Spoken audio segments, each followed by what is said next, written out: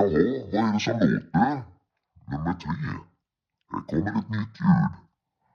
Det var svårt igår, det var ingen som gissade det här med tändaren.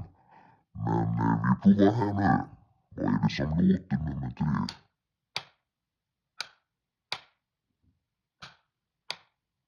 Och det är alltså inte samma tändare, kan jag avslöja. Vad är det som låter?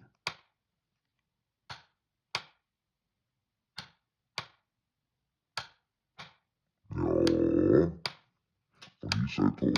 Kommer svaret sen. Tack och hej.